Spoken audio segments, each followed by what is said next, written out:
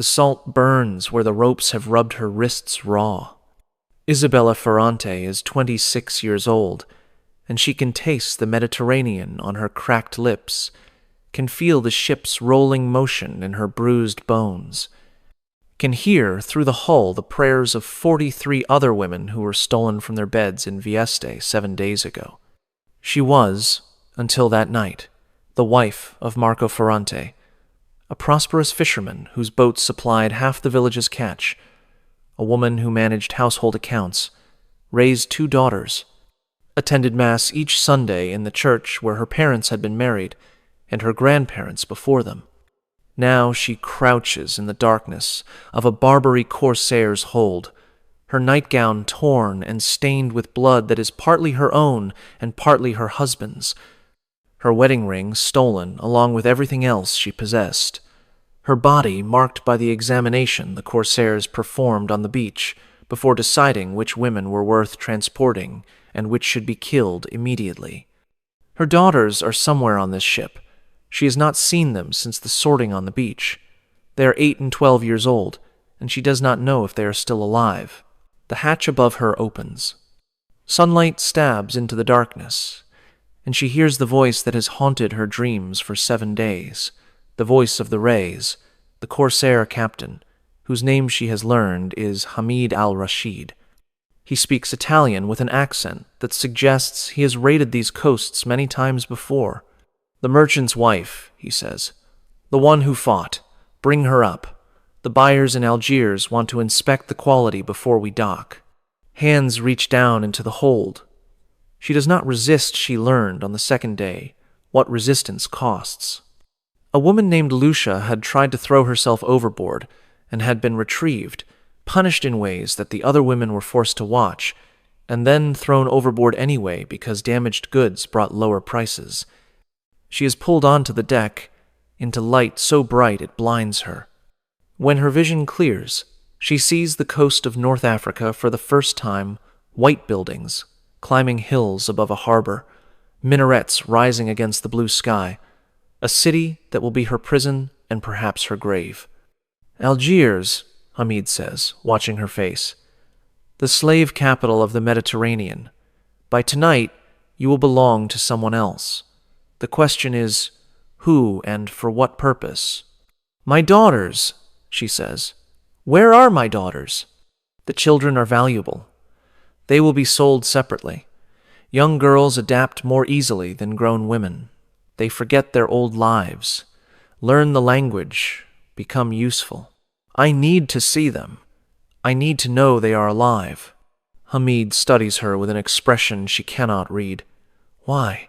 What difference does it make? You cannot protect them. You cannot save them. Knowing they are alive will only make what comes next more painful. They are my children." "They were your children. Now they are merchandise. The sooner you understand that distinction, the easier your transition will be." He gestures to the sailors, and she is taken below again, not to the hold where the other women wait, but to a smaller cabin where water and soap have been prepared. She is going to be cleaned, she realizes, made presentable for the buyers who will decide her fate. And somewhere on this ship, her daughters are being prepared the same way. What you are about to learn has been systematically suppressed by European historians for 500 years. We know about the transatlantic slave trade. We know about the millions of Africans transported to the Americas. We know the horrors of that system because generations of scholars have documented it, because monuments and museums preserve its memory, because the descendants of the enslaved have insisted that their ancestors' suffering be remembered. But there was another slave trade, one that flowed in the opposite direction. For 300 years, from roughly 1,500 to 1,800, Barbary corsairs from North Africa raided the coasts of Europe and captured between 1 million and 1.25 million white Europeans. They attacked Italy, Spain, France, England, Ireland, even Iceland. They depopulated entire coastlines. They created a terror so profound that coastal villages were abandoned, watchtowers were built from Portugal to Greece, and parents taught their children to flee inland at the first sight of strange sails. And then, this history was forgotten. Not lost, forgotten. Deliberately suppressed because the memory was shameful. Because Europeans did not want to remember that they had been enslaved, that their women had been taken and sold, that their civilization had been so vulnerable to raiders from across the sea. Tonight you will learn what happened to those women. You will learn about the corsair ships and the slave markets, about the inspection process and the hierarchies that determined which women went to which fates. You will learn about the harems and the labor camps, about the women who were never ransomed and the women who converted to survive. You will learn about Isabella Ferrante, who was taken from her bed in Vieste and transported to Algiers, who lost her husband and her daughters in a single night, who found herself in a system designed to break everything she had been and remake her into something useful to her captors. Subscribe if you want to understand this hidden history. Comment below telling me where you are watching from. Because Isabella is about to enter the slave market of Algiers, and I am going to tell you exactly what happened there, what the inspection process involved, how women were categorized and priced, what fates awaited them, depending on how they were classified. But first I need to warn you. This history was suppressed for a reason. What you are about to learn is graphic, disturbing, and difficult to hear. The sources that document it, the records of redemptionist priests who ransomed captives, the testimonies of escaped slaves, the administrative records of the Barbary states themselves describe practices that European historians preferred to forget. I am not going to forget.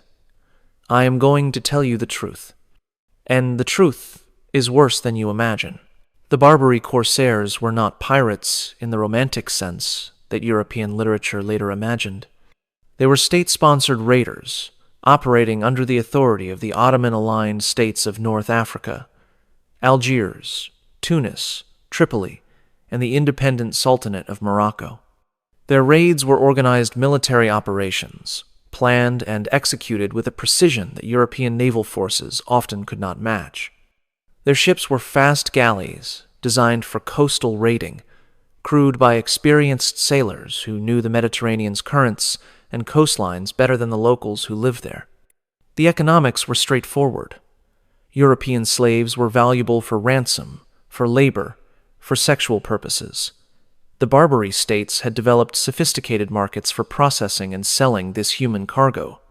A successful raid could generate enormous wealth. A corsair captain who captured a shipload of Europeans could become rich in a single voyage. The raids followed predictable patterns. Corsairs would approach a coastal village at night, landing parties just before dawn. They would capture as many people as possible, men, women, children, kill anyone who resisted effectively, and be back at sea before defensive forces could organize. Speed was essential. The raiders wanted to be beyond pursuit before the alarm spread. Women and children were particularly valuable. Men could be ransomed if they were wealthy, or put to labor on galleys and construction projects if they were not. But women and children commanded premium prices in the slave markets because they served purposes that men could not. The system for processing captured women was refined over centuries. Upon arrival in a Barbary port, the captives would be taken to a bathhouse, the hammam, where they would be cleaned, examined, and categorized according to their potential value. Young women, beautiful women, women with skills that might be useful in wealthy households, these were designated for the highest tier markets, where buyers seeking harem slaves or elite domestic servants would compete for them. Older women, plain women, women who showed signs of illness or damage, these were sold in bulk markets to buyers seeking labor rather than beauty. They would work in households, in agriculture, in whatever capacities their owners required. And then there was a third category, women who were neither beautiful enough for the elite markets nor healthy enough for labor. These women were sold cheaply to buyers whose purposes the market administrators did not ask about. Their fates were the worst of all, and the records rarely specify what happened to them. This was the system that awaited Isabella and the 43 other women from Viesta. This was the processing that would determine whether they spent their remaining years in relative comfort or in conditions that made death preferable. Now let us return to Isabella, who has been cleaned and dressed in a simple garment provided by the corsair's clothing that would make her easier to examine and display. The ship docked at Algiers in the early afternoon. She was kept in the cabin, while the cargo, which included captured goods, as well as captured people, was unloaded. Through a small window she caught glimpses of the harbor, dozens of ships, thousands of people moving on the docks, a scale of maritime commerce that dwarfed anything she had seen in Italy. When the other women had been taken ashore, she was brought out last, separated from the group, escorted by Hamid himself rather than ordinary sailors. "Why am I being handled differently?" she asked. "Because you are being sold differently." Hamid walked beside her along the dock, seemingly unconcerned that she might try to escape. Where would she go? A European woman alone in Algiers, unable to speak Arabic, unable to blend into the population, she would be recaptured within hours. The general market handles ordinary merchandise. You are not ordinary. Because I fought?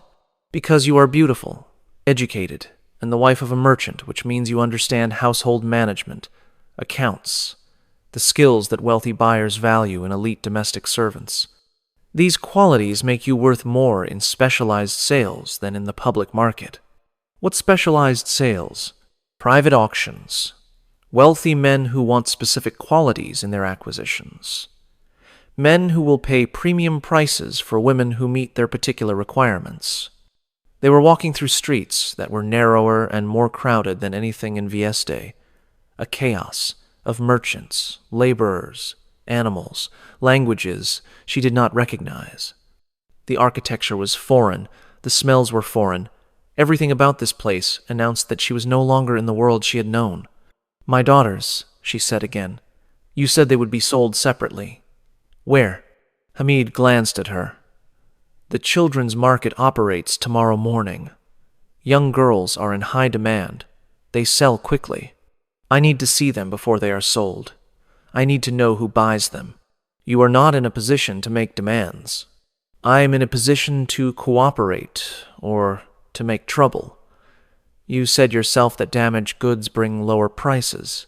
If I make trouble at the auction, if I fight, scream, injure myself, my value decreases.